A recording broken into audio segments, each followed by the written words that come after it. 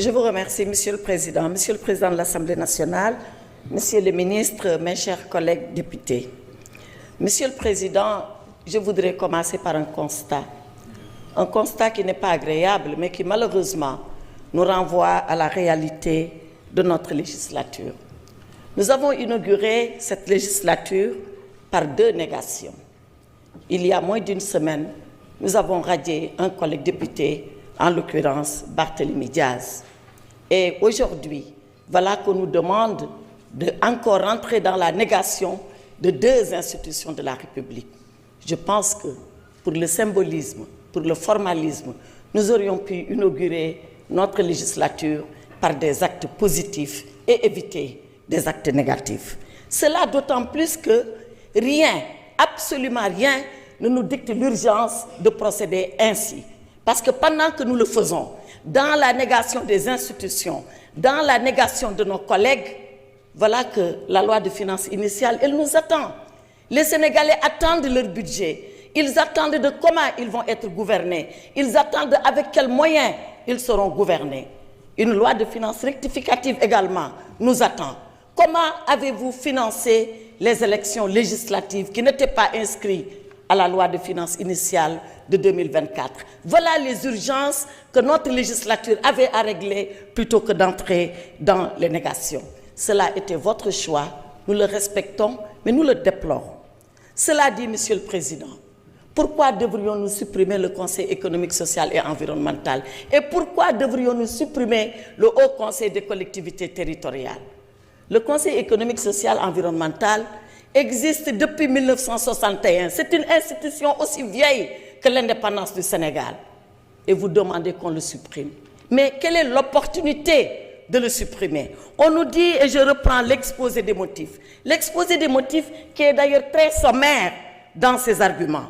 L'exposé des motifs nous dit, sous ce rapport, le contexte national actuel laisse apparaître le besoin de resserrement de nos institutions. Besoin de resserrement. Il y a des institutions qui sont consubstantielles à l'État. Il y a des institutions qui sont vitales à la démocratie. Il y a des institutions qui sont tout simplement nécessaires pour le dialogue que nous devons avoir, les institutions et les citoyens. C'est le cas du Conseil économique, social et environnemental. Et on l'a dit ici du haut de ce pupitre pour que je ne le répète pas. Je voudrais tout simplement reprendre l'honorable député Tafsir Choy. Qu'est-ce qu'il a raison de dire si le président, si le gouvernement pense que le Conseil économique, social et environnemental n'est pas nécessaire? Qu'a-t-il à recevoir les patrons?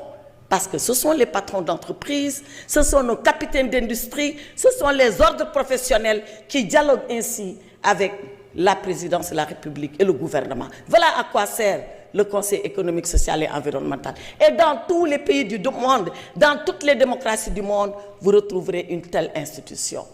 Le Haut Conseil des collectivités territoriales, qui est la chambre de dialogue, de discussion, de débat et de proposition avec les territoires. C'était le parachèvement de la loi de décentralisation de 1996. Tantôt on a parlé de Sénat, tantôt on a parlé de Haut Conseil, mais l'institution, elle est nécessaire. Alors, Monsieur le Président, je voudrais interpeller le gouvernement et lui dire que si ces suppressions-là sont nécessaires, qu'ils prennent ici l'engagement devant le peuple sénégalais que jamais ces institutions ne reviendront ici pour qu'on nous demande de voter sous une autre forme. Qu'ils prennent l'engagement solennel et devant le peuple sénégalais.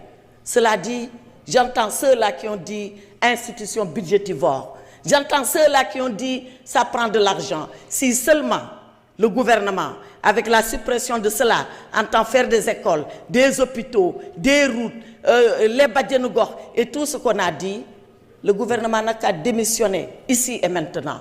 Parce que le propre d'un gouvernement, c'est d'avoir ces institutions et de conduire la politique de développement au profit des Sénégalais. Les deux ensemble et en même temps, comme l'a fait pendant 12 ans le président Macky Sall à la tête de ce Sénégal. Je vous remercie, Monsieur le Président.